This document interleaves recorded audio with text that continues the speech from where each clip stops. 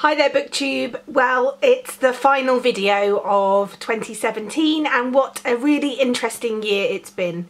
This year has been the year my daughter turned 5, the year I started back in a full-time job, the year I started a new career, the year that I met up with my BookTube friends and went on holidays with them, the year that I read some really interesting books, the year I read I think more non-fiction than ever before, and the year that I feel like I have sort of turned a corner in myself and found a really good balance of life and home and work and books, and so it's been a really good year.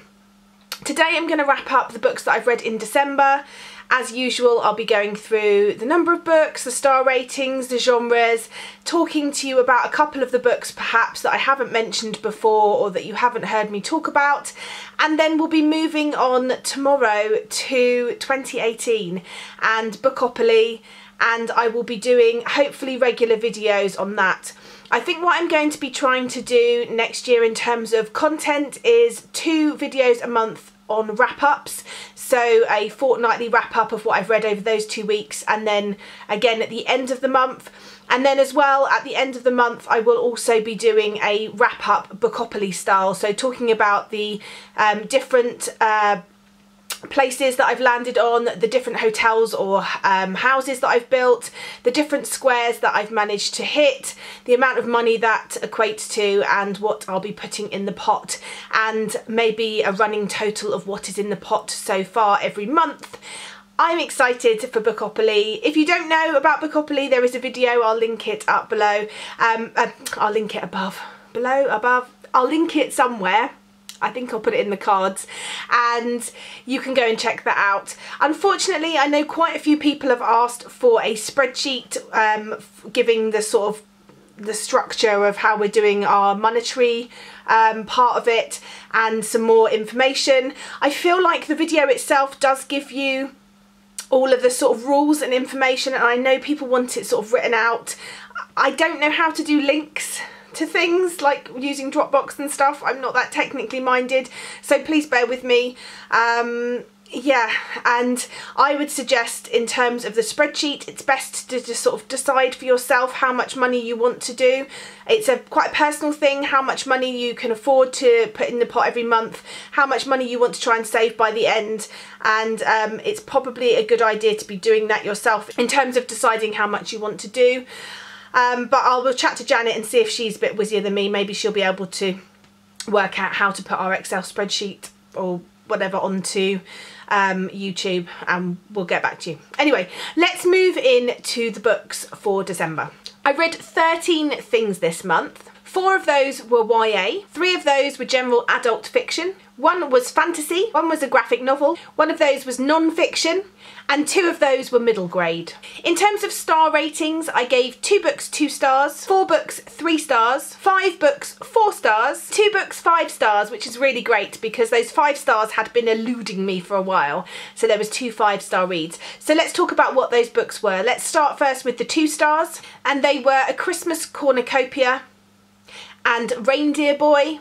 The 3 stars were Krampus, Decked with Holly, Father Christmas and Me, and Princess Jellyfish Volume 6. For 4 stars there was Warcross, The Death of Bees, The Polar Bear Express Club, Bigfoot, Tobin and Me, and The Chaos of Standing Still. And those 2 5 stars were Winter Garden and The Eye of a Reindeer. Now I've talked about some of those, well I've talked about those 5-star books already, so today I'm just going to talk to you about 2 books that I've recently read that you might not have heard me talk about. The first one I'm not going to go into too much detail about because it is the 6th in the series, but that is Princess Jellyfish Volume 6. This is a manga series that I've been reading, that I have been getting out of the library. It's the only manga series I've really been reading because manga isn't normally something that I read very much of. I've really been enjoying this. The story is about a group of young ladies living in Japan in a house. They are sort of a sisterhood together. They feel like they're a bit geeky. They feel like they're sort of outsiders. They freeze when they see what they consider the fashionable, popular people, and they end up going on this sort of mission to save the place that they're living in because developers are trying to buy it out. And they use all their different talents. They all have different sort of fascinations or obsessions or hobbies that they use, and one of them in particular is obsessed with jellyfish, and they create this sort of fashion line around her with the help of a boy that dresses as a girl. And it's a really good story and I've really been enjoying it.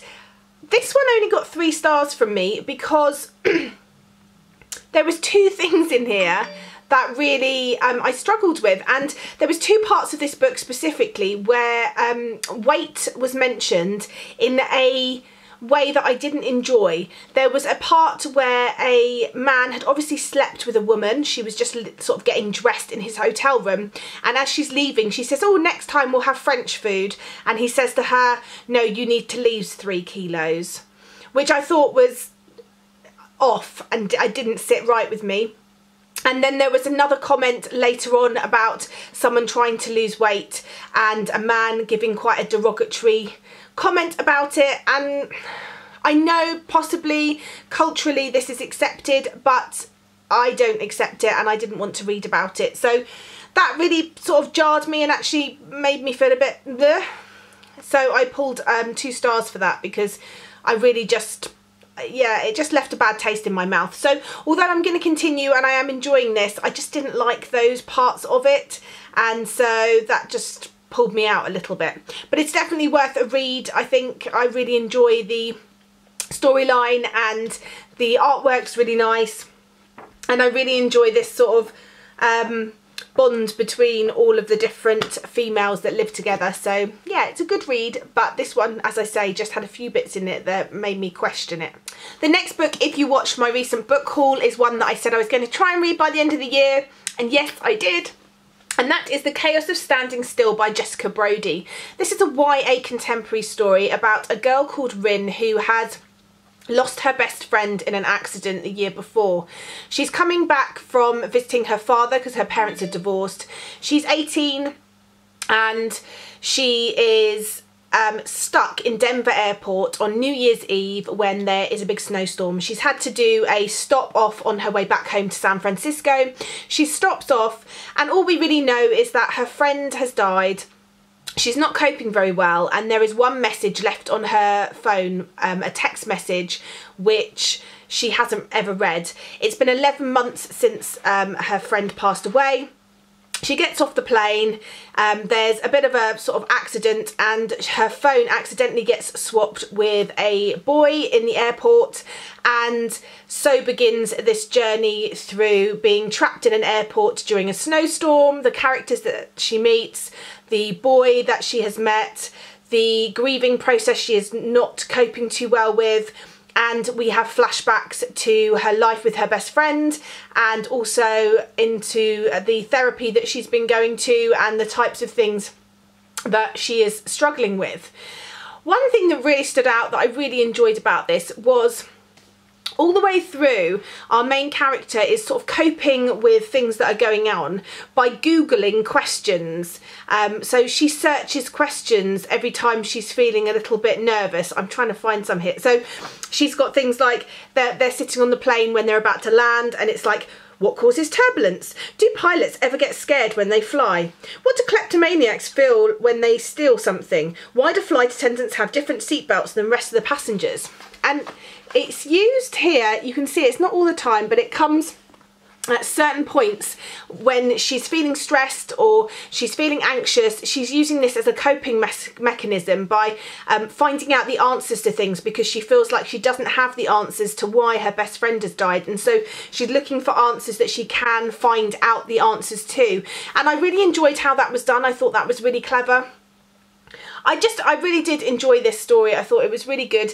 I didn't get those tingly, lovey, gooey feels that I want from the romantic side of it, which is why this got 4 stars. But I thought it was really cleverly done, and as a look into grief and the grieving process, I thought it was really interesting. I thought it was a good way of showing how it's not that easy to get through things, and how someone who has relied on their best friend, perhaps their best friend is the force to be reckoned with out of the two, and when that is gone they feel lost, they don't feel like they have a sense of worth. And I really enjoyed finding out about that through the eyes of this main character.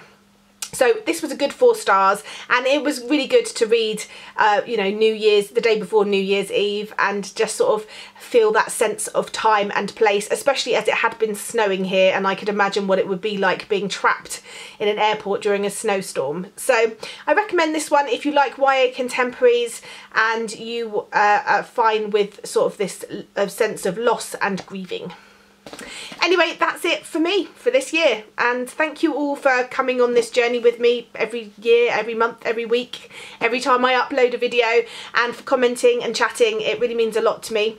And here's to 2018 and a great reading year, more great books, and I can't wait to hear about what everyone else is reading, and yeah, sharing the love. Not buying books, but reading those books off the shelf, because there is loads of good ones in there that I can't wait to get stuck into. Anyway, that's it from me, and I look forward to speaking to you soon. Bye for now, BookTube.